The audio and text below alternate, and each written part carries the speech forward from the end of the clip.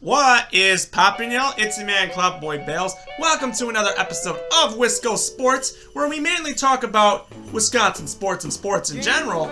But today, I thought we'd change it up a little bit. And today, I thought that we'd discuss what my favorite Christmas movies of all time are. The top 10. So anyways, if you like what you see, subscribe below, comment with your thoughts, do whatever, I love to just talk about anything because it's just what I love to do. But of course, these are my top 10 favorite movies. Of course, a lot of you will probably have opinions because there are some movies that people absolutely love, however, I'm not a big fan of. So, yeah, I could put some in my honorable mentions, but these are my top 10. These are the top 10 favorite movies that I feel are my favorite and that I always want to try to make sure I watch every single December. So, without further ado, here we go. Right about now, the Funk Soul Brother. Check it out now, the Funk Soul Brother. Right about now, the Funk Soul Brother. Check it out now, the Funk Soul Brother. Right about now, the Funk Soul Brother. Check it out now, the Funk Soul Brother. Right about now, the Funk Soul Brother. Right about now, about now, about now, about now. Coming in at number 10, we have Dr. Seuss's How the Grinch Stole Christmas. No, not the remake by Illumination and not the original. I'm talking about the one that is the live-action movie that stars Jim Carrey.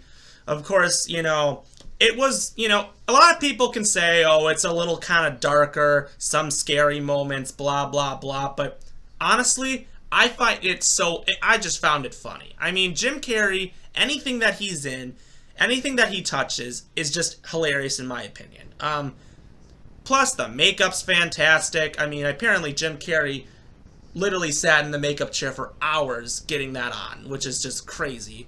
The art direction, the costume design, everything that was there that, I went to Universal and I actually saw the houses that they filmed, like, the stuff at, because they kept them there, which is crazy, But it's one of those movies I gotta watch every year, I love it. Everything about it is great. And what's better than Hannibal Lecter narrating the whole thing? I mean, come on. You can't get better than that. But yeah, absolutely. One of my favorite movies ever. And gotta love Jim Carrey. At number 9, we have A Charlie Brown Christmas. Of course, it's from the Peanuts cartoons. Of course, CBS came out with it in 1965. And of course, it's one of those, you always see it on TV every year. And of course, everybody watches it, It's just one of those, you always watch The Great Pumpkin, you always watch the Thanksgiving, and you always watch the Christmas one. And of course, I always love the part where Linus tells everybody about the true meaning of Christmas. The whole thing about where they get the little tiny tree, the whole part where they're in the auditorium and they're dancing like in their weird poses, and of course the best part is, as a jazz musician, Vince Guaraldi's album is considerably is one of the greatest jazz albums of all time. I mean, his piano playing is something it's perfection. And I love them. I love it. I love all Charlie Brown things. So, it's achieved so much commercial success, and you gotta love the Peanuts. I mean, gotta love the Peanuts characters. Absolutely. At number 8, we have the original Miracle on 34th Street. Now, I actually watched this movie the day after Thanksgiving, because it's basically the movie takes place starting on Thanksgiving and goes all the way to Christmas, because basically it's a great movie. I mean, I love old movies, they just have that relaxing feel, and they're not intense, they're just relaxing. Like, you could just watch them and you just feel comfortable whenever you watch an old movie. It's just got a good feel to it. And this is one of the movies that you can just watch and you just love just because of, everything. The actor that plays Kris Kringle delivers really well. And I've never seen the remake, which is the one that John Hughes made in the 90s, but of course the original one, I think, surpasses it by far. I just think it's a classic in my eyes, and I just love that movie, and I think it's amazing. At number 7, I know a lot of people are going to hate me for this one, but it's Elf. Yes, I actually have Elf at number 7. Now, I'm gonna be honest. I think Will Ferrell's kind of an overrated actor. I don't know why, but I never found him that funny. I mean, on SNL, he's got some good bits, but I could say this movie probably is like one of the only movies where he's actually like hilarious. The whole theme of that movie is it's just hilarious. And honestly, I watched it so many times as a kid, I kind of got sick of it over the years. But still, for anybody who like watches this movie for the first time, they'll just fall in love with it. I mean, it's one of those movies that you'll always fall in love with whenever you watch it. I mean, Will Ferrell delivers Buddy the Elf, and he knows how to make people laugh. I mean, this dude, I mean, the whole concept of the movie, the plot of the movie is just hilarious. A guy that thinks he's an elf literally goes into the real world to look for his dad. I just think it's hilarious. And rest in peace to the legendary actor James Caan. Of course, one of my favorite actors ever. And of course, there's just so much funny stuff in that movie. And I feel like I can't go a Christmas without even watching that movie once. At number 6, we have Home Alone 2, Lost in New York. Man, I love New York. It's such a wide open city. It's big. I could never live there, but man, the whole setting of that movie is hilarious. And honestly, usually sequels to the originals don't really go well, but for some reason, some people actually consider this one to be better than the original. I love everything about the whole Home Alone stuff. Macaulay Culkin obviously knows how to put on a show with Kevin McAllister. I mean, he is a smart kid for someone who knows how to make tricks and do all this crazy stuff. But the whole having a second movie with a wider, broadened idea, like it's different, you know. I mean, there was just so much more in this movie than the original, and I thought it was really well done, and I love it. I mean, you know, sequels, you know, don't do better than the originals, but for me, I thought this one actually has some moments that make it a great movie, and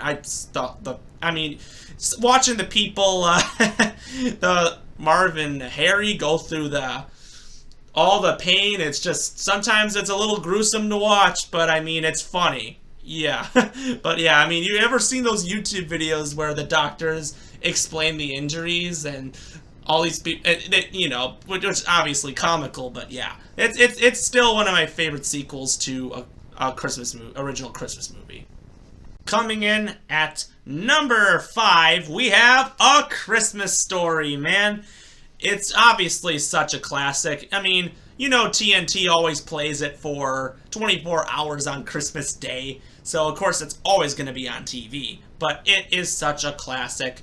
Of course, Peter Billingsley plays Ralphie, and of course he wants his Red Ryder BB gun. It's just the classic story of how Christmas was growing up for him, and I just think it's a nice story. The whole bunny outfit, the leg lamp, just everything about it is just such classic. And then the Santa that's in the mall, and the shoot your eye. It's just there's just so many one-liners. Triple dog dare you. It's just, you know, for a Christmas movie, that movie has probably the best one-liners. And I have yet to see the sequel. I've heard it's really good. So of course I can't wait to see it when I get the chance. But yeah, I gotta love the originals. And I gotta give credit to all the people that were in this movie, and of course people coming back to do this sequel too. So it's one of my favorites. I always love watching it every year. At number 4, I have the original Home Alone. Of course, it's just a classic. The whole concept of Kevin is the one that's mischievous. The parents, they all hate him. Their whole family all hates him. That ginormous house, and it's only like an hour and a half away from me, so I could literally go and look at the house and take some pictures. I mean, it's right there, which is just crazy, you know. But it's, you know, the whole concept of the movie, sledding down the stairs, being scared of the guy next door, fighting off the robbers, and being home alone and eating ice cream and watching rubbish, and you know, it took me a while to realize that the old clips, the leave it on the doorstep and get the whole concept is that wasn't a real movie. I thought that was an actual real movie, and it wasn't. So the whole concept with the cheese pizza. It's just there's just so much in that movie that I just find hilarious, and Catherine O'Hara's Kevin line is just it's just there's just so many